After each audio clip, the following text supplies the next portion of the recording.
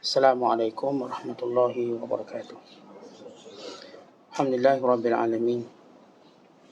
Wa bihi nasta'in ala umuri dunya waddin wa ala alihi wa sahbihi man sara ala nahjihi wastanna bisunnatihi wahtada bihadihi ila yaumiddin, amma ba'du. Wa qala al-musannifu rahimahullahu ta'ala wa nafa'ana Allahu bihi wa bi'ulumihi fid dharain amin. Telah berkata Imam Al-Allamah Syekh Abdul Qadir Al-Jilani, semoga Allah Ta'ala merahmatinya dan kita mendapat manfaat serta barakah ilmunya. Wahai kaum, biarkanlah orang yang berbuat sesuatu amalan kerana menuntut kerelaan manusia agar dia diterima oleh mereka atau disanjung. Itulah dia hamba yang melarikan diri dari tuannya, yang menjadi musuh Allah Ta'ala, kufur dengan dia dan dengan nikmatnya. Dia itu terlindung, terkutuk dan terlaknat. Manusia memang sikapnya merampas hati orang, merampas kebaikannya dan agamanya, sehingga orang itu mau mendampingkan dirinya dengan mereka, melupakan Tuhannya. Mereka ini mahukan engkau menjadi milik mereka, bukan milik dirimu sendiri. Namun Allah Ta'ala mahukan kamu menjadi milik dirimu sendiri. Lantaran itu, hendaklah engkau bekerja dengan Allah. Kerana bekerja dengan Allah itu adalah lebih utama daripada anda bekerja dengan orang yang mahukan dirimu menjadi miliknya. Tetapi jika engkau tiada jalan lain lagi untuk meminta, maka mintalah daripada Tuhan dan jangan minta dari manusia. Sebab seburuk-buruk manusia dalam pandangan Allah Ta'ala ialah siapa yang meminta dunia dari manusia. Mintalah bantuan kepada Allah dengan memohon Allah, kerana dialah yang maha kaya, sedang manusia sekalian fakir, tiada memiliki apa pun buat diri sendiri, apatah lagi buat diri orang lain, baik yang berupa mudarat maupun yang berupa manfaat. Mintalah kepada Allah, kerana dia sentiasa mahukan engkau meminta kepadanya. Pada mulanya engkaulah yang patut memintanya dan menjadi orang yang sangat memerlukan kepada bantuannya. Dan pada akhirnya nanti engkau pula akan menjadi orang yang dimaksudkan Allah dengan bantuannya, sedang dia menjadi zat yang memberikan kepadamu. Umpamanya si anak kecil sentiasa memerlukan ibunya pada masa kecilnya, tetapi bila dia sudah besar, si ibu pula mencari anaknya. Jika dia tahu benar kemahuanmu itu kepadanya, nescaya dia mahu memberimu. Jika dia tahu benar kecintaanmu kepadanya, nescaya dia akan mencintaimu juga. Kemudian dia akan membimbing hatimu dan mendekatkanmu kepada zatnya. Bagaimana boleh engkau terselamat, padahal engkau telah membiarkan kuasa dirimu, hawa nafsumu, syaitanmu dan tabiatmu mencengkam mata hatimu. Singkirkan semua kuasa-kuasa ini. Nanti engkau akan mendapati semua perkara berjalan dengan baik. Singkirkan dirimu dengan mujahadah dan menyengkangkannya dari kemahuannya. Singkirkan kuasa hawa nafsumu, tabiatmu dan syaitanmu. Kelak engkau akan kenal dirimu. Singkirkan semua itu, barulah akan tersingkap dinding-dinding, hijab-hijab yang menutup antaramu dengan Tuhan. Maka ketika itu engkau akan melihat dengan izin dia apa yang selain dia. Engkau akan melihat dirimu dan diri selainmu. Engkau akan melihat keaibanmu, lalu engkau terus meninggalkannya. Dan engkau akan melihat keaiban orang lain, lalu engkau lari meninggalkannya. Dan apabila semua ini telah sempurna, kelak Allah akan mendekatkanmu kepadanya. seraya memberimu apa yang tiada pernah dilihat oleh mata, didengar oleh telinga dan tiada terlintas di hati manusia. Dia akan memperbaharui pendengaran dan penglihatan hati dan batin, membetulkan keduanya dan memakaikannya dengan salinan pakaian kemuliaannya. Diangkatmu di tempat wilayahnya, dibantunya engkau, diberimu kuasa seperti kuasa yang diberikan kepada sultan dan raja. Dia membebaskanmu pada semua makhluknya, dijadikanmu penjaga urusan mereka dengan semua para malaikatnya, turut berkhidmat kepadamu. Dinampakkan bagimu semua roh-roh para nabi dan rasulnya, sehingga tiada sesuatu pun dari urusan makhluknya akan tersembunyi dari pengetahuanmu. Muslimin dan muslimat yang dirahmati Allah sekalian, amalan yang dilakukan kerana riya, amalan yang dilakukan kerana ujub, amalan yang dilakukan kerana sum'ah, amalan yang dilakukan kerana sombong, semuanya ditolak oleh Allah Subhanahu Wa Taala. Dan kesemua amalan ini berpunca daripada keinginan dia untuk mendampingi manusia. Sedangkan kita diperintahkan bagi mendampingi Allah. Dan menjadi tabiat manusia, mereka suka menguasai manusia. Mereka ingin memperhambakan manusia di bawah perhambaannya. Sedangkan Allah Ta'ala inginkan manusia menjadi hambanya supaya dia bebas. Ramai orang cuba mencari kebebasan. Orang yang paling bodoh sekali bila mana dia mencari kebebasan dengan membebaskan dirinya daripada syariat, membebaskan dirinya daripada kawalan syarak, membebaskan dirinya daripada hukum hakam, kerana katanya dia akan bebas. Rupanya tidak. Bila seorang ingin bebas daripada peraturan Allah, dia telah memilih menjadi hamba manusia. Dia telah memilih untuk menghina dirinya. Sebab kalau seorang misal kata, saya nak minum arak. Kalau ditanya kenapa nak minum arak? Bukankah hukumnya haram? Tak, saya nak bebas. Bukankah bila mana kamu minum arak, kamu juga tidak bebas? Bukan kamu telah dikuasai oleh arak tadi, kemabukan, sehingga kamu tidak kenal diri kamu. Bahkan kamu tidak kenal orang lain, sehingga kamu memukulnya, memukul ibu kamu, memukul isteri kamu, memukul anak-anak kamu, memukul orang jalanan. Maka apakah benar kamu bebas waktu itu? Atau sebenarnya kamu jauh lebih hina daripada perhambaan yang kamu tolak, ini perhambaan pada Allah. Kamu menjadi hamba nafsu dan menjadi hamba pada manusia.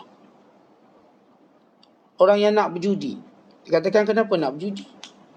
Judi itu haram dalam Islam. Lalu katanya untuk saya bebas, suka saya lah nak guna duit saya. Saya dapat duit, saya nak berjudi. Baik, kita katakan sila lihat kesannya. Seorang berjudi, lalu dia kalah, dia bankrupt, dia rugi, lalu dia menjadi buruan pada peminjam wang. Kita dengar ada seorang manusia, dia kalah judi dekat Genting Highland, 1 juta. Lalu dia serahkan isterinya sebagai tebusan. Ya, apakah ini bebas? Yang kalah judi dalam satu malam ratusan juta. Sehingga syarikat yang dibina puluhan tahun hancur dek judi satu malam. Lalu pekerja-pekerjanya semuanya terumbang ambing. Apakah itu bebas yang kamu maksudkan? Yang berfikir untuk telanjang, sehingga mereka buat slogan macam-macam. Kami sama macam lelaki. Kebebasan untuk menzahirkan tubuh badan. Lalu wanita-wanita pada pejuang ini yang menyangka itu kebebasan, mereka tanggalkan satu persatu pakaian mereka. Semua. Dalam dunia Islam yang jahil, kalangan yang ingin mendapat kebebasan dengan mendedahkan aurat. Dalam dunia manusia yang gelap, ingin membebaskan semua pakaian untuk telanjang. Di Mesir, ada satu medan, satu tempat namanya Medan Tahrir. Kalau kita sebut Dataran Merdeka. Kalau kita kat Malaysia panggil Dataran Merdeka. Medan Tahrir ialah, kalau terjemuh Melayu pun sama, Dataran Merdeka. Kisahnya apa? Wanita-wanita keluar memakai purdah. Sampai di sana mereka buka purdah dan buka tudung, konon tahrir pembebasan. Yang selama ini mereka menganggap Islam yang memerintahkan tutup aurat itu menghambakan mereka. Lalu mereka buka tudung. Dan mereka tidak mau berhijab. Maka gerakan itu subur. Didalangi oleh orang-orang yang punya kuasa. Di barat, mereka buat lebih ke depan. Dengan cara telanjang terus. Mereka membuka seluruh pakaian mereka. Menuntut hak untuk telanjang. Kebebasan. Apakah ini bebas kalau difikirkan dengan akal yang sihat? Mereka telah menjadikan diri mereka tidak lagi dipandang sebagai manusia atau orang yang mulia.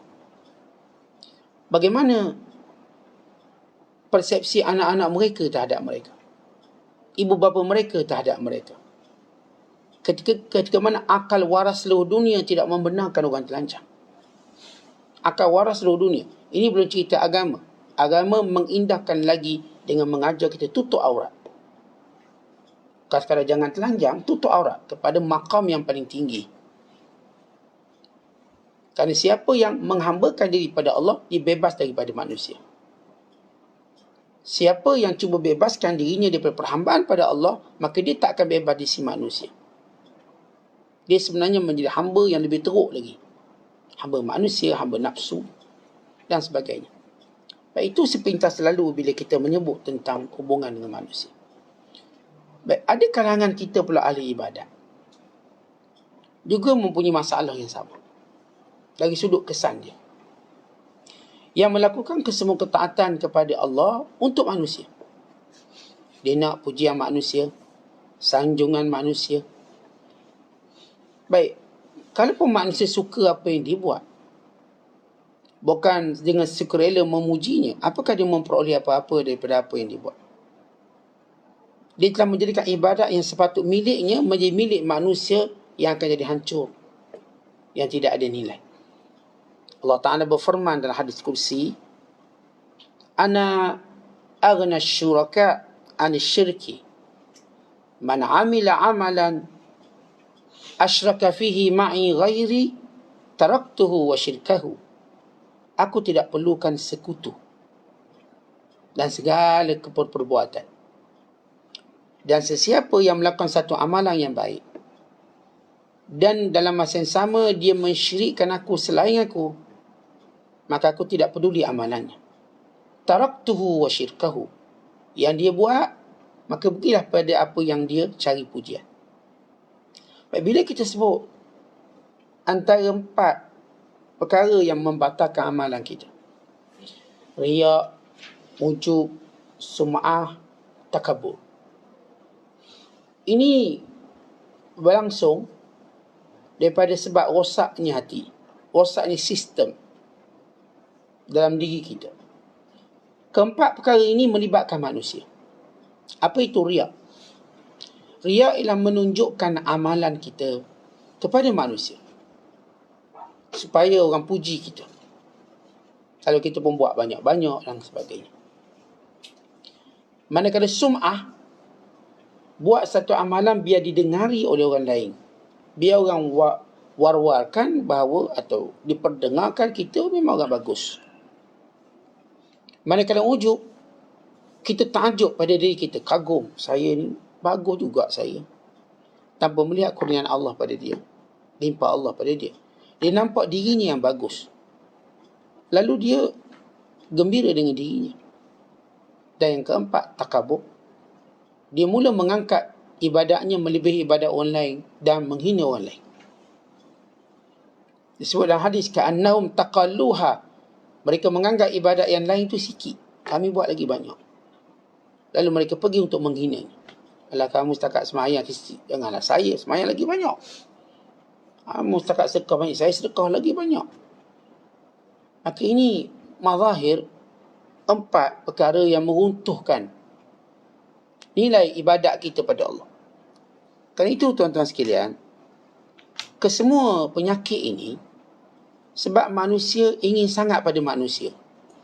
Nak harap manfaat di sisi manusia, takut mudarat di sisi manusia, harap sangat pujian manusia. Bahkan kita hari ini, pada zaman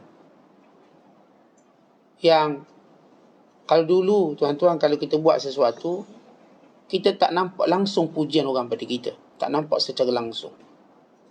Hari ini dengan ada Facebook, kena ada IG dan sebagainya, maka dia ada butan i'jab. Butan seorang itu like, suka. Maka suka-suka tadilah yang boleh merosakkan kita kalau kita tidak menangani dengan baik. Setiap kali kita menzahirkan satu amalan, ia bermula daripada niat kita. Niat kita nak apa? Kalau niat kita untuk mendapat pujian, kita bimbang dia akan binasa. Tapi niat kita untuk menzahirkan kebaikan, untuk diikuti, dicontohi, mudah-mudahan kita dapat pahala. Sejumlah orang tengok dan sejumlah orang like kepada kita. Dan orang-orang yang like juga, kalau dia berkata tujuannya ialah memuliakan kebaikan. Dan setiap kebaikan perlu dimuliakan, menyokong kebaikan. Maka ia termasuk orang yang menyokong kebaikan, maka dia mendapat pahala. Dia tolong warwakan, tolong viralkan. Tetapi perkara ini tuan-tuan sekalian memerlukan kita berhati-hati menangani. Jangan sampai kita terleka. Macam kita semayang depan orang, kita puasa depan orang, kita buat ibadat yang diketahui oleh orang, maka hati-hati. Sebab syaitan akan menggunakan ruang yang terbuka ini untuk memusnahkan kita. Syaitan tidak kuat menggunakan ruang yang tertutup. Oleh sebab itu kita lihat begini. Bila para ulama membahagikan riya itu kepada 5 bentuk riya. Yang pertama dipanggil riya dengan badan. Riya ar-riya'u bil badan. Apa maksud riya badan? Tuan-tuan, ditunjuk badannya penat, ditunjuk badannya seolah-olah dia takut kerana Allah. Bila dia berpuasa, nampak bibirnya yang pucat, sengaja tunjukkan benda itu. Sehingga Nabi Isa pernah berkata, minyakkan mulutmu, supaya nampak kamu baru makan sesuatu walaupun kamu berpuasa. Supaya tak zahir keadaan badan. Dia tunjuk lemah lonlai, seolah-olah dia semalam qiyamul lail penat sangat. Semalam saya rasa penat qiyam, daripada 2 pagi qiyam. Ditunjuk badan dia. Maka ini panggil riya bil badan. Yang kedua kata ulama, ar-riya bil malabis wal hay'ati amma. Riya dengan pakaian. Maka bila dia memakai pakaian-pakaian yang dia tahu pakaian yang dipuji, maka ia mendedahkan pada riya. Imam Izzuddin bin Abdul Salam ditanya, apa hukum seorang memakai pakaian orang yang dikenali sebagai pakaian orang soleh? Bila dia memakai pakaian itu nampak dia soleh. Maka kata Imam Izzuddin bin Abdul Salam, ia bergantung bagaimana kesan. Kalau dia memakai pakaian tadi, dia tidak terfitnah, dia biasa sahaja, maka pakailah. Tapi kalau ia mengundang pada fitnah pada dirinya, dia sendiri rasa macam dia bagus sangat, maka tinggalkanlah. Ia berkait dengan bagaimana keadaan kita. Kalau kita memakai satu pakaian orang soleh, kalau tujuannya untuk mencontoh orang soleh, cintakan kepada orang soleh, maka ini bagus. Pakailah pakaian orang soleh. Kalau pakaian tadi menjadikan kita nak tunjuk kita lebih baik pada orang, maka hati-hatilah. Kerana ini akan merosakkan amalan kita. Dan demikian juga bila ditanya tentang orang yang memakai pakaian ulama'. Ulama' ada pakaian dia sebagaimana polis, askar ada pakaian. Para ulama' biasa dia memakai pakaian tu, dia tak ada rasa apa-apa sebab dia tahu ini peranan dan tugas. Sebab mereka akan ditanya, disoal. Para ulama' sebahagian dikenali dengan pakaian. Kerana yang lain-lain kita tak nampak CJ dia simpan kat rumah, kitab dia simpan kat rumah. Yang dibawa bersama mazahirnya ialah pakaian dia. Kalau ulama tu berjalan bawa kitab, senang kita tengok dia alim. Tapi mana ada ulama berjalan bawa kitab? Bawa sebiji dia lah. Dia tak bawa 8 kotak pikul. Kenapa pikul kitab Ustaz? Biar orang nampak saya ulama. Tidak, orang tak tahu. Tak mungkin orang buat macam tu. Ataupun berjalan bawa CJ, pegang CJ. Azhar lepasan. Ini lepasan Morocco, lepasan Jordan, lepasan Madinah, lepasan pondok sekian. Tak mungkin orang bawa CJ jalan. Maka tinggal lagi ialah yang perlu untuk dia dedarkan kepada orang ramai bahawa dia ulama pakaian dia. Sebab itu zaman Harun al-Rashid, di bawah arahan Imam Abu Yusuf al-Syaibani, siapa yang memakai pakaian ulama dan dia bukan ulama, dia ditangkap. Dan dihukum ta'zir. Sebab dia mengelirukan orang. Dia mengelirukan. Sebab orang bila kesedaran agama tinggi, apa saya nampak macam ulama, dia akan tanya. Sebab peluang untuk bertemu dengan ulama berbeza-beza antara setiap orang. Ada orang tuan-tuan mudah jumpa ulama, mudah makan. Ada orang susah nak buat appointment pun tak lulus lagi appointment dia. Atau mesej tak balas. Setengah mereka begitu susah. Ada orang mudah-mudah jumpa ulama. Boleh musafir sekali, makan sekali. Tak suka. Ada orang nak jumpa, saya kena appointment berbulan-bulan. Tunggu jawapan pula bulan-bulan. Kemudian appointment pula bulan-bulan lagi. Itu realiti berlaku. Pada siapa pun. Hatta antara ulama' dengan ulama' sejak zaman dulu. Kalau ada setengah ulama', dia tak suka jumpa ulama' lain. Bagaimana kisah Abdullah bin Mubarak. Bila ada ulama' dia, ulama' lain nak jumpa, dia tak nak jumpa. Kan dibimbang waktu kita bertemu, kita saling menghias kata untuk tunjuk siapa yang lebih alim. Dan untuk berbangga, saya tak nak, saya takut, saya nak jaga. Maka dia tak membenarkan sebahagian mereka untuk bertemu dengan dia. Bukan maksud dia tak benar semua, sebahagian. Dia tak mahu orang yang jumpa dia juga akan rosak, dia rosak. Ini di kalangan ulama' ada yang memang tak boleh jumpa. Ada seorang ulama' dia nak jumpa dengan Uwais Al-Qarni atau Uwais Al-Qarani. Dia cari berpuluh hari nak jumpa. Dan waktu mana jumpa pula di masjid. Maka dia pun tunggu. Uwais solat, lepas solat, zikir, solat. Sehingga tak ada ruang. Begitu berhari lamanya. Yang akhirnya sampai tertidur, telak, dah akhirnya Uwais tak ada dah. Dah tak jumpa. Tapi aku dapat satu ilmu. Pentingnya masa. Pentingnya masa. Ini kisah-kisah ulama' yang nak jumpa ulama'. Hatta Khidir AS. Musa nak jumpa dia, tak jumpa. Payah. Jalan berhari-hari lama. Akhirnya diizinkan berjumpa. Cuma sekejap. Buat satu perjalanan yang berakhir dengan 3 persoalan. Kata Nabi SAW, kalau Musa dapat sabar lagi, pasti kita akan dapat cerita banyak lagi. Pasti surah Kahfi jadi 200 ayat. Tapi kemampuan Musa setakat itu. Dengan 3 kejadian, Musa dah tak mampu tahan sabar. Kerana itu terlalu berat. Peristiwa pertama, rosakkan sampan yang naik free. Peristiwa kedua, bunuh anak yang tak salah, tak berdosa. Yang sedang-sedang bermain, dibunuhnya. Peristiwa ketiga, lalu di negeri yang orang kedekut. Dan mereka memperbaiki bangunan yang kalau jatuh menutup jalan orang tu. Yang kata Musa, ni orang kedekut ni, baik kita minta upah. Dan jenis kedekut, minta upah banyak sikit. Akhirnya terhenti dengan 3 soalan tadi. Cik Musa AS pun dia nak jumpa dengan dia bukan senang. Walaupun dia dah rasul, dia bukan senang-senang nak jumpa. Dia ada pertemuan dia dan berakhir. Kemudian mereka terpisah dan tidak bertemu lagi. Dia berbeza-beza. Benda tu bukanlah, saya katakan, tentang benda tu, kita katakan itu perkara yang fitrah atau biasa. Yang ada orang, saya katakan, mudah bertemu lama, ada orang payah, suka. Dia tak ada kata, Ustaz, siapalah kita, orang tak nak jumpa kita. Bukan begitu soalannya. Persoalan cara perjalanan hidup kita menjadikan kita tak boleh jumpa mereka. Tak sama. Bukan sebab kita ni nobody, yang tu Ustaz, somebody. Bolehlah dijumpa selalu. Tak payah appointment pun jumpa. Bukan cara hidup kita. Sebab yang ni cara hidup dia memang mendekati ulama', maka dia mudah. Yang ni cara hidup dia ni jarang-jarang, maka agak sukar. Jadi kita katakan bila hukum memakai pakaian ulama', tajuk kita tadi. Ulama' biarlah dia pakai pakaian dia. Dan dengan tu manusia mengenali dia. Tapi kita pula memakai pakaian ulama'. Kita. Akhirnya orang confuse. Mana satu Tok Guru, mana satu dia. Dan dia berlaku banyak kejadian.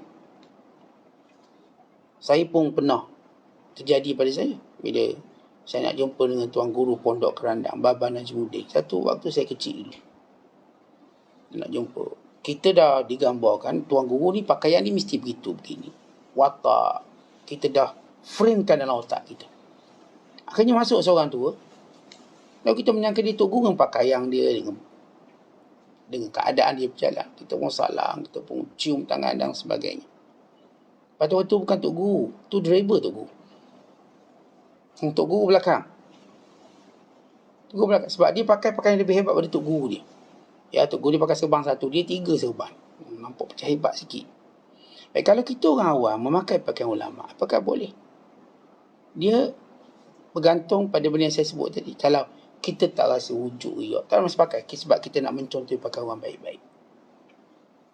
Sebab mencontohi orang baik ini adalah satu kebaikan. Tapi kalau kita tujuan nak riak, kita pun memang nak confusekan orang. Tak apa. Kita kata, saya, tuan-tuan ada masalah, tanya saya. Saya akan jawab, misalnya. Saya akan jawab, seolah dia boleh jawab. Atau dia tolong komen jawab. Yang ceramahnya ustaz, yang tolong jawab komen dia. Seolah dia lah orang yang tahu fatwa. Maka ini bahaya, membahayakan dirinya. Kita tak kata direct dia, kita kata bahaya dirinya. Jangan ambil kerja yang bukan kerja kita. Kalau tuan-tuan ambil kerja polis, polis ni akan marah pada kita. Kalau ada polis, biar polis yang selesaikan. Ada penjahat, kita belasah penjahat depan polis, marahlah polis. Sebab apa-apa dia in charge. Kalau polis tu tak ada, okey sikit. Tapi kalau polis depan tu, kita pun buat kerja dia marah. Doktor ada depan kita, kita pun buat kerja doktor marah. Tidak awak doktor, okey, awak selesaikan. Yang memakai pakaian ulama', kalau sekiranya tujuan untuk mencintai ulama', suka, maka harus, bagus. Tapi kalau niat kita nak confusekan orang lain, bahaya. Membahayakan kita sendiri. Kemudian yang ketiga, namanya riak bil aqwa, riak dengan kata-kata. Ada orang menghiasi kata-katanya, biar nampak kata-katanya seperti ulama', kata-katanya seperti hukama', kata-katanya seperti awliya'. Bukan kata-katanya seperti hadis Nabi. Maka ini bahaya.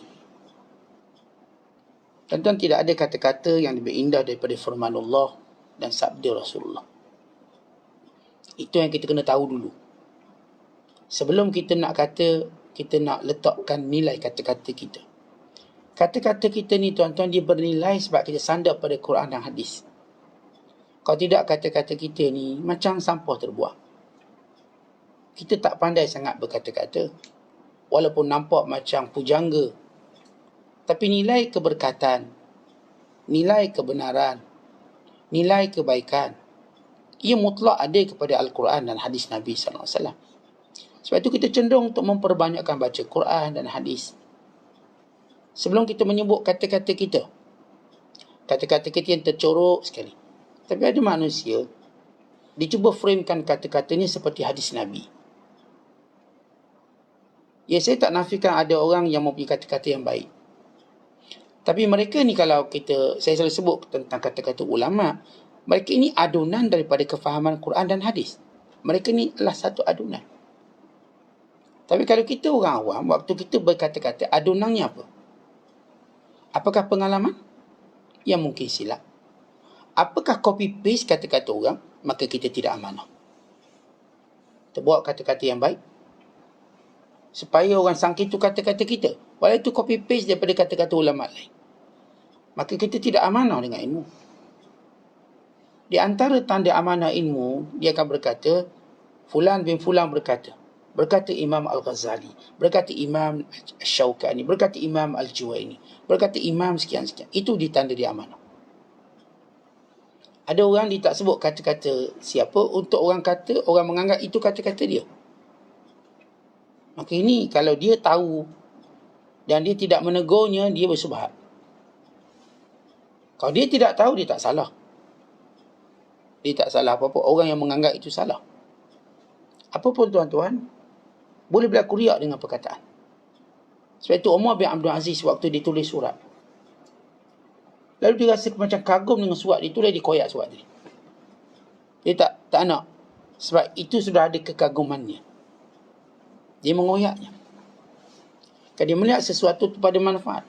Ramai ulama' bila mana mereka mengarang kitab, mereka tidak mahu zahir pada waktu hidup mereka. Imam Al-Mawardi, waktu beliau menulis banyak kitab, tapi beliau berkata kepada muridnya, kalau aku mati dalam keadaan aku genggam tangan aku, maka jangan kamu seborkan kitab aku. Kalau aku mati dalam keadaan aku lepaskan tanganku, jadi kalau aku mati aku pegang tangan kamu di tengah sakarat, nazakkan kita kan macam kita lemas kita pegang sesuatu. Kalau ketika itu kamu nampak aku seperti pegang, jangan kamu seborkan kitab aku. Tapi kalau kamu tengok aku lepas, seperti rela, pasrah, seborkan kitab aku. Setengah ulama' bila dia karang kitab, dia rendamkan dalam air. Kalau ia tenggelam, ia tidak beri manfaat. Kalau ia timbul, moga dia beri manfaat. Akhirnya kitab itu beri manfaat. Setengah mereka melakukan pelbagai kerana takut. Sebab kata-kata ini akan kekal riak sepanjang hidup mereka. Maka ini dipanggil riak bil aqwal. Dan yang keempat namanya ar-riak bil a'mal, riak dengan amalan. Riak dengan amalan. Puasa dia, zakat dia, haji dia, semua ibadat. Yang wajibnya, yang sunatnya, maka dia riak. Contoh, untuk perkara yang wajib, biasanya agak sukar. Sebab semua orang buat. Kita semayang, semua orang semayang. Kita puasa, semua orang puasa. Bulan Ramadan. Bila benda-benda tu memang umum buat, kita agak terselamat. Sebab orang tak tengok beza kita dengan orang lain. Sama je. Bulan Ramadan sama-sama baca Quran. Maka kita sama. Tapi ketika mana orang lain tak baca, kita baca, maka kita bimbang. Orang lain suara tak sedap, kita suara sedap, maka kita kena ada kebimbangan. Sebab tu kalau kita lihat bagaimana amalan-amalan para salafus soleh, sebagian mereka baca Quran, bila orang ada, mereka tutup dengan jubah. Tidak kelihatan. Sebagian mereka bangun qiyam, dan bila dekat dengan subuh, mereka pura-pura tidur dan pura-pura baru bangun tidur. Dan seorang ulama' lagi diceritakan bagaimana dia berpuasa selama 20 tahun, tak ada orang tahu. Sebab daripada rumah, bini dia bagi bekal. Bininya menyangka dia akan makan di pasar. Sampai di pasar, dia bagi-bagi makanan. Orang pasar menyangka dia sudah makan di rumah. Begitu berterusan selama puluhan tahun. Sedangkan dia berpuasa. Isteri dia pun tak tahu. Sebab dekat rumah, bini buat bekal. Yang kadang-kadang dia tahu, setengah suami ni tak suka makan rumah. Dia suka makan kat pejabat. Dan sebagainya. Dia pun bekal siap-siap. Dan kita pula, kebanyakan kita, kalau tengok orang tu daripada rumah, dia dah ada bini, mesti kita kata makan kat rumah. Makan kat rumah, bini masak. Maka makanan yang dibawa, dia bagi-bagi. Puluhan tahun orang tak tahu dia puasa. Maka itu di antara bagaimana mereka memelihara amalan. Dan riak dengan amalan ni bahaya. Dan yang kelima, riak bil ashab waz zuwar. Riak dengan kawan-kawan. Maksudnya dia ada kawan-kawan yang bagus-bagus. Menteri, dia ada tawaran, dia kawan-kawan dia semua ketua-ketua, ketua poli. Sebut ketua je kawan dia lah. Dan zuwar, maka dia pun banyak kerap ziarah, tunjuk tengok. Saya ziarah dengan syekh ni, saya ziarah syekh ni, semua ulama' saya ziarah. Kononnya untuk dilihat bahawa dia banyak mendapat ilmu daripada guru-guru ini. Walau dia cuma untuk, pada zaman kita sekarang, zaman selfie lah. Jumpa semua seolah dia kenal, walau dia ambil gambar je. Kuliah pun tak pergi. Tapi dia nak menzahirkan seolah-olah dia kenal rapat orang ni. Walau dia tak kenal. Contoh dengan kita tak menuduh melulu, ini namanya muhasabah. Oh, kalau gitu ustaz yang suka ziarah orang besar-besar orang ni riak ni. Jangan kata dia riak. Saya bercakap tentang muhasabah kita. Kita sendiri. Kalau kecenderungan kita bertemu dengan para ulama, ziarah, untuk kita benar-benar ambil manfaat, baguslah. Itu adalah perkara sunnah. Tapi kalau Kita pergi tujuan supaya orang kata kita kenal ramai ulama', baik ramai ulama', supaya orang tahu kata-kata kita juga macam ulama', maka ini bahaya, membahayakan kita. Baik, ini pembahagian yang disebut oleh ulama' 5 bentuk riak. Yang disebut di sini oleh Syekh Abdul Qadir. Bila kita cuba riak, seolah-olah ya kita bergantung pada dia, berharap pada dia, dan kita sedang menyerahkan diri kita pada manusia. Dan manusia pula perangai dia, memang dia suka mengambil jiwa orang lain. Dia suka membeli jiwa orang lain. Dia nak orang tu duduk bawah dia. Itu perangai kita. Lagi banyak orang boleh berada di bawah kita, kita suka. Sebab itu wujudnya diktator. Apa itu diktator? Dia nak kawal manusia di bawahnya secara mutlak. Maka semua manusia mesti berkhidmat pada dia. Kalau kamu buat amalan pun kerana aku. Kamu buat apa pun kebaikan kerana aku. Sedangkan Allah waktu menyuruh kita beribadat kerana Allah, sebab Allah nak bebaskan jiwa kita. Biar kita ialah milik kita. Dan apa yang kita buat kembali pada kita. Kita buat satu amalan untuk puaskan hati orang tu, dia tak kembali pada kita. Dan bila dia memilikinya, tak ada nilai amalan tadi di sisi Allah. Sebab itu kita nak beramal kerana Allah SWT. Kerana itu di antara latihan kita. Macam mana kita nak beramal kerana Allah. Yang disebut oleh para ulama' dengan 5 cara. Yang pertama ialah muraqabatullah. Sentiasa merasakan Allah sedang melihat kita. Allah memandang kita. Allah perhati kita. Supaya pandangan kita tidak terarah pada makhluk. Muraqabatullah ini amat penting. Umpama seorang mengetahui dia sedang diperhatikan oleh CCTV. Oleh CCTV, dia mula menjaga karakter dia dengan baik. Kalau kita duduk dalam majlis, tiba-tiba kameraman fokus kat kita, kita yang asal tidur bangun. Kemudian tunjuk macam khusyuk. Bagus. Baik, itu bila tengok ni kamera yang fokus pada kita. Ini kan Allah yang sentiasa melihat perbuatan kita. Melihat sujud kita, melihat rokok kita. Melihat mengaji Quran kita, melihat zikir kita. Apakah kamu buat kerana aku? Bila kita merasakan istisyar, merasakan Allah memerhatikan kita, maka baiklah amalan kita. Yang kedua ialah isti'anah. Minta tolong dengan Allah. Ya Allah, banyak amalanku ini kerana manusia. Ya Allah, banyak amalanku kerana inginkan pujian manusia, takutkan kejian mereka. Ya Allah, ikhlaskan aku. Kita doa. Tuan-tuan, kita dah sebut dalam siri kuliah sebelum ini. Memang menghadapi riak ini bukan calang-calang musuh. Sebab dia musuh yang tak pernah putus asa. Riak ni. Dia bukan kalau kita selesai hari ni kita ikhlas, esok pun kita ikhlas. Sebab itu kata ulama' wal mukhlisuna fi khatarin azim. Orang ikhlas ini sentiasa dalam bahaya. Dia tak boleh konsisten. Kalau saya hari ni ikhlas, belum tentu esok saya ikhlas. Esok cerita lain. Umpama kalau kita sebut hari ni, kalau hari ni saya kenyang, bukan bermakna esok saya kenyang. Esok saya lapar lagi. Saya kena cari makanan lagi. Kalaupun saya dah makan banyak ni, kira-kira makan ni Ustaz, tahan 8 hari. Waktu kita cakap tu, 8 jam lapar balik. Itu belum tunggu esok. Terus bagaimana kita perlu makan setiap hari untuk memastikan tubuh kita kuat. Begitu setiap hari kita bermujahadah melawan riak kita. Dia musuh yang tidak berputus asa. Tentang paling susah dalam berlawang ni, bukan musuh yang kuat. Susah kita berlawan dengan musuh yang tak putus asa. Susah lah bang. Ada satu pertarungan. Ini pertarungan kalau orang lelaki tahulah pertarungan. Lelaki lawan lelaki ni. UFC. Dia lawan, dia tumbuk. Orang yang ditumbuk ni tak mengalah. Walaupun dia tak sempat tumbuk orang yang tumbuk dia. Akhirnya orang menumbuk ni sekali. Dia buat tiga ni, dia ngaku kalah. Dia tak tahan lagi. Artinya orang ni, yang ditumbuk tu menang. Bukan yang menumbuk. Yang menumbuk tu macam boleh menang. Sekali tumbuk. Yang ni macam tu bertahan. Dia boleh menerima pukulan. Berpuluhan, ratusan pukulan.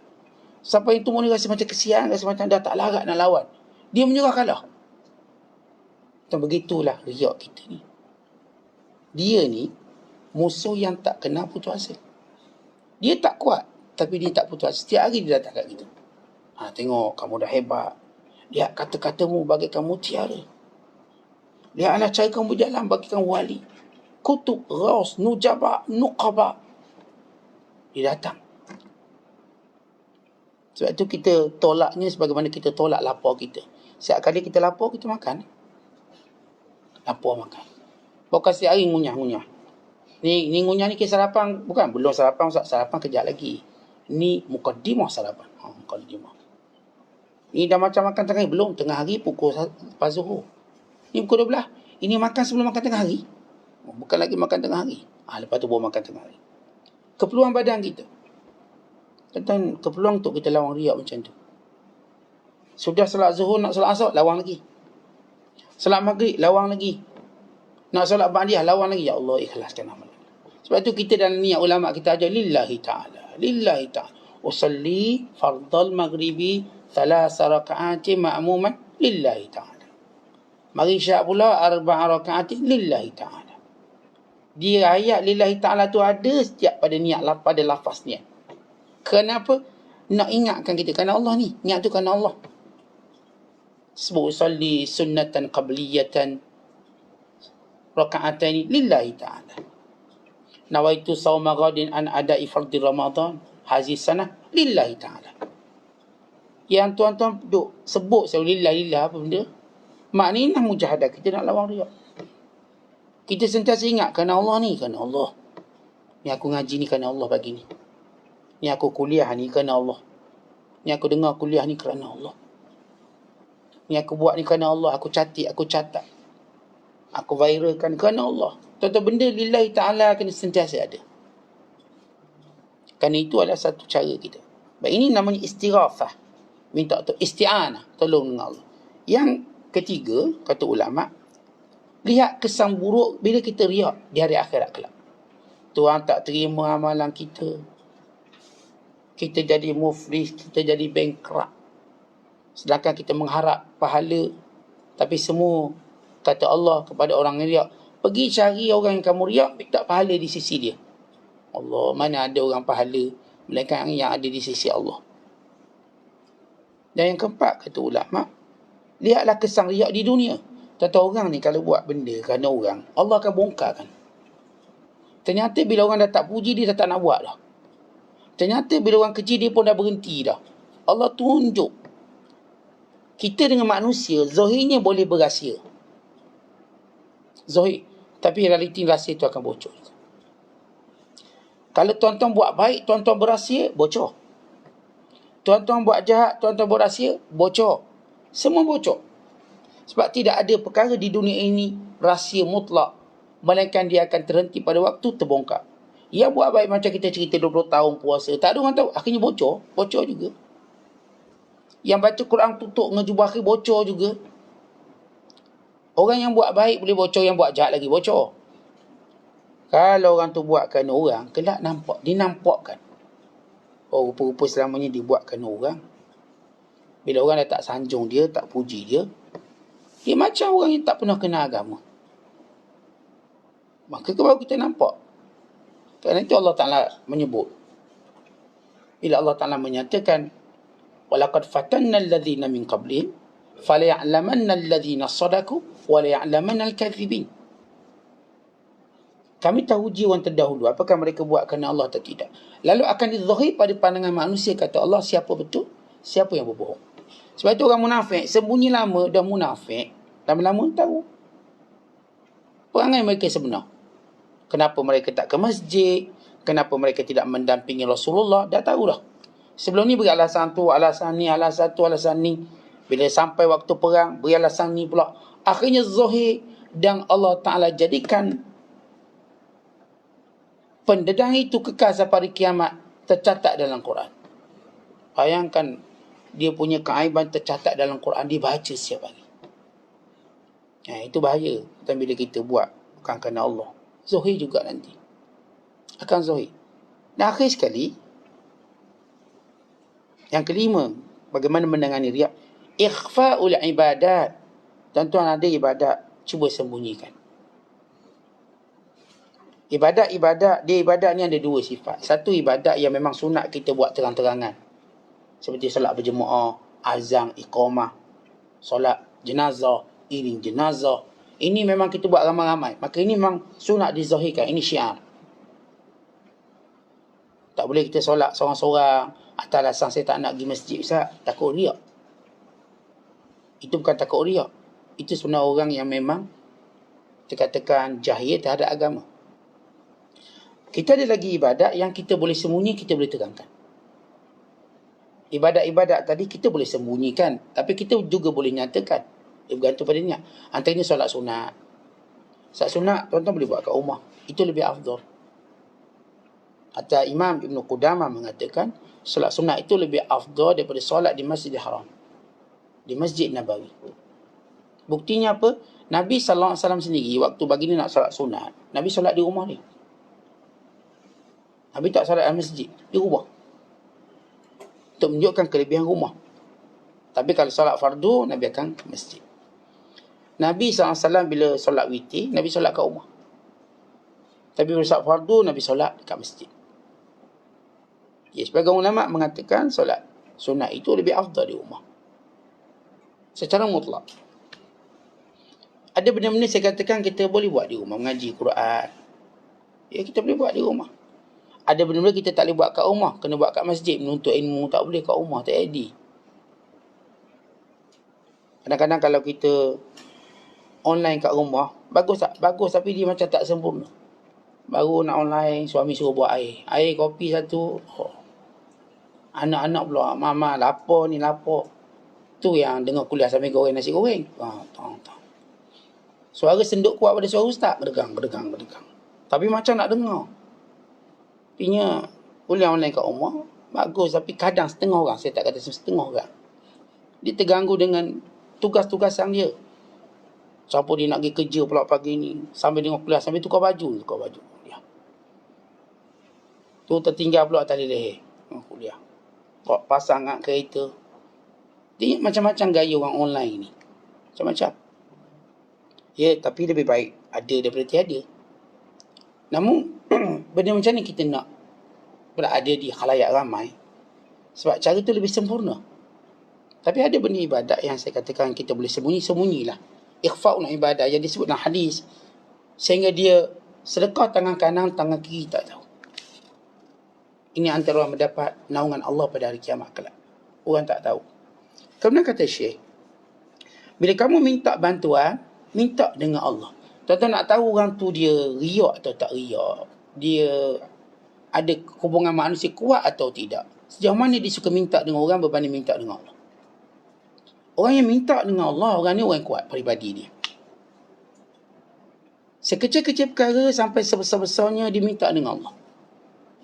Sebab itu Nabi SAW menyatakan, Man sarrahu an yastajiballahu inda syada'idi falyuksri du'a fi rakha.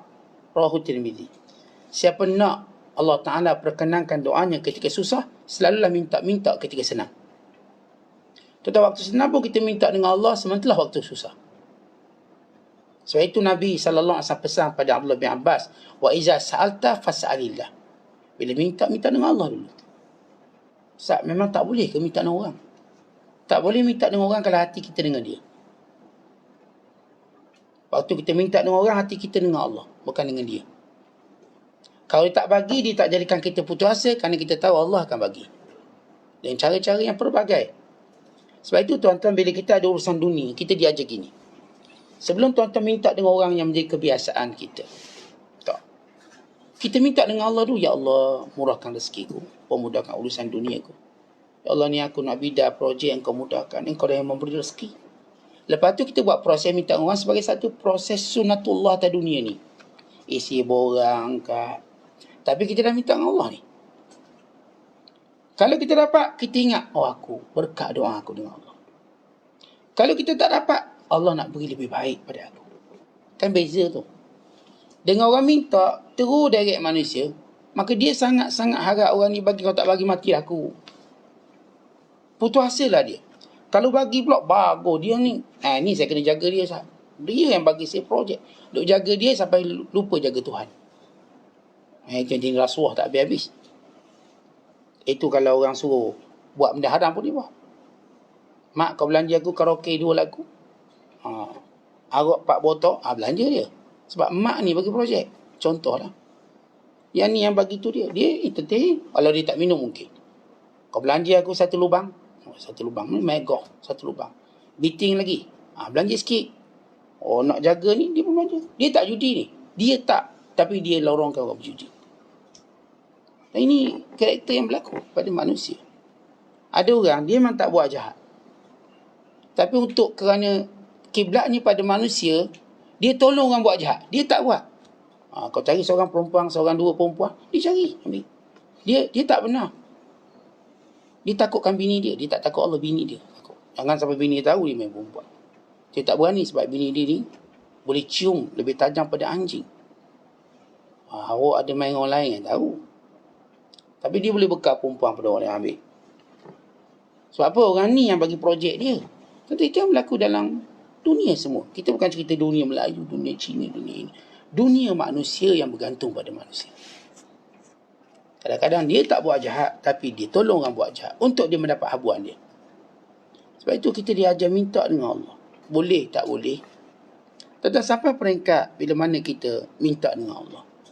Last kali Allah jadikan kita tempat orang minta. Macam mana pula tu? Syekh Abdul Qadir beri perumpamaan macam ni.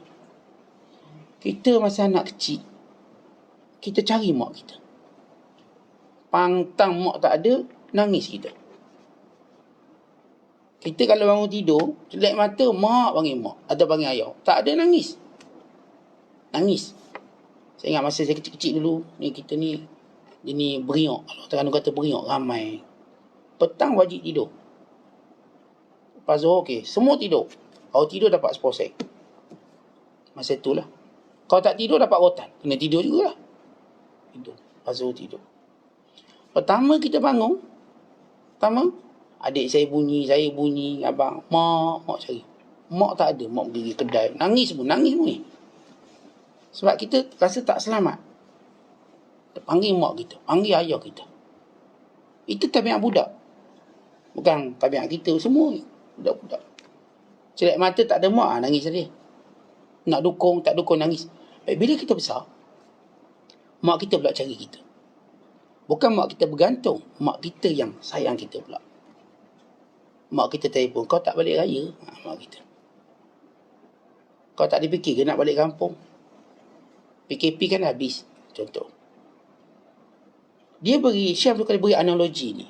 Mula-mula kita tunjuk permohonan kita pada Allah. Minta. Last kali Allah jadikan kita tempat untuk Allah beri macam-macam. Sehingga kita pula menjadi tempat orang lain minta dengan kita dengan kurnia Allah pada kita. Orang nak cari ilmu, cari sisi dia. Allah beri dia ilmu. Orang nak cari kesembuhan di sisi dia. Allah beri padanya kesembuhan. Dengan doa dia.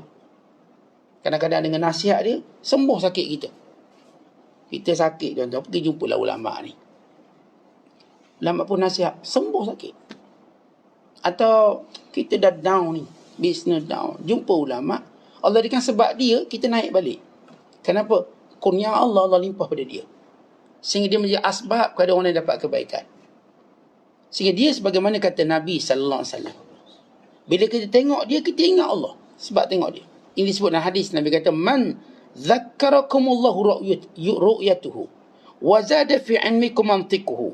Wa zakkarakum bil akhirati amaluhu. Orang yang mana kata Rasulullah, kalau kamu tengok dia, kamu ingat Allah. Pada wajah dia, kamu nampak Allah. Ini ingat Allah. Dan bila dia bercakap, ilmu kamu bertambah. Bukan lebih banyak daripada kamu baca buku. Saya baca buku ni, keliru pula. Maka bila dia tengok, cakap, macam kita dilepaskan daripada kesukaran tadi. Dan yang ketiga, bila mana kita tengok amalan dia, kita ingat akhirat.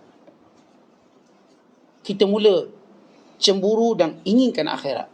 Cara dia beramal menunjukkan keyakinannya pada akhirat yang luar biasa. Dan ini orang-orang yang Allah dah limpahkan kurnia pada dia, sehingga dia menjadi kita katakan dorongan pada manusia. Orang semua datang jumpa dia untuk kebaikan itu. Kebaikan nasihat, kebaikan doa, kebaikan ilmu, kebaikan akhirat. Siapa orang ni? Orang yang dulu dia sentiasa dengan Allah. Dalam doa, dalam munajatnya dengan Allah. Maka perkara yang penting, bebaskan diri daripada riak. Dan didik diri kita minta hanya kepada Allah. Kemudian tuan-tuan, kita ada musuh-musuh yang kita kena tahu. Kita jangan pernah fikir kita selamat. Tapi diri ini sentiasa berada dalam peperangan. Kita ada hawa nafsu, kita ada syaitan. Kita ada tabiat kita yang biasa kita buat. Yang kesemuanya ini kita nak letakkan dia dalam kandang syariat. Yang mana patut ikut, yang mana patut lawan, yang mana patut itu, semua kita nak arahkan ke situ. Tabiat kita yang biasa ni. Saya isap biasa, bangun pukul 6 pagi, biasa. Yang biasa ni pun kita nak ubah. Hidup kita bukan dengan kebiasaan, hidup kita dengan syariat. Biasanya saya tak buat macam ni, awak kena buat dah sekarang. Awak tak boleh guna istilah biasa. Dia macam pekerja, kau datang jabat. Bos saya biasa datang pukul 8, balik 5 petang. Oleh kerana ada urusan penting, bos kata awak tak boleh buat biasa macam ni, esok datang 6.30 pagi. Dan balik tak ditentukan bila, mungkin awak balik malam. Kenapa? Urusan makin penting. Waktu makin singkat. Tuan-tuan, kita biasa begini-begini. Tuan-tuan dah umur 60, jangan guna yang biasa zaman muda. Kita perlu buat suatu kesungguhan. 60 ni tuan, 60. Takkan nak guna yang biasa. Tak, kita kena pecutan terakhir. Orang yang dah berlari, dah nampak garis penamat, takkan nak berlari biasa lagi. Larinya laju sikit. Tuan-tuan, kita dah hampir pertemuan kita dengan malaikat maut. Dah hampir sangat. Perjanjian kita malaikat maut. Takkan tuan-tuan nak buat biasa-biasa lagi. Lawan kebiasaan dan tunjuk yang luar biasa. Kerana Allah Ta'ala suka seorang yang tunjukkan kesungguhan. Siapa yang tunjuk bersungguh, maka sebab itu datang rahmat Allah. Tapi kalau kita buat biasa, macam kita lah, kita panggil anak kita, mang sini sekejap. Mang jalan lenggang, nengok budak ni, kelempang ni. Walau budak ni datang, cara dia datang tu cara biasa-biasa. Kita panggil emergency, sini sekejap. Laju sikit, kata kita. Dia pun buat biasa, lenggang nengok. Kita kata lagi, laju sikit. Sampai ke ayah dia kedebok sebiji. Orang panggil dia kali, lajulah sikit. Oh tu dah datang tu pun kena debok juga, kena pukul. Kalau yang tak datang lagi teruk. Jadi tuan-tuan, ada waktu tuan-tuan kena lawan kebiasaan. Saya biasa Ustaz bangun pukul 4. Lawanlah, pukul 3 lah pula. Umur berapa? 60. 70. Takkanlah ibadat umur 70 ibadat biasa-biasa. Kita Ustaz, itu sikit-sikit macam tu. Jangan, awak dah 70. 70 ni angin tiup je pergi. Maksudnya dekat sungguh-sungguh. Tapi kalau main biasa, ngaji kot dang, Ustaz ada dang ngaji. Ngaji sibuk apa umur 70 ni? Pasti pencing dah 2 kali. Hospital pun dah 3 kali ICU. Yang biasa-biasa lagi ni kenapa? Nah, ini kita kena lawan kebiasaan. Sebab itu kita tuan-tuan kena pandai hitung usia kita. Ada waktu mungkin tuan-tuan boleh buat biasa-biasa. Ada waktu tak boleh. Kita duduk dalam rumah, dengan api ada, kita tak mungkin berjalan biasa-biasa. Saya start berjalan kat rumah biasa slow-slow. Tu api tu. Kita berlari. Walau kita tahu kita tak boleh berlari. Kenapa? Ada sesuatu yang berlaku dalam kehidupan ini. Wallahu bissawab. Assalamualaikum warahmatullahi wabarakatuh.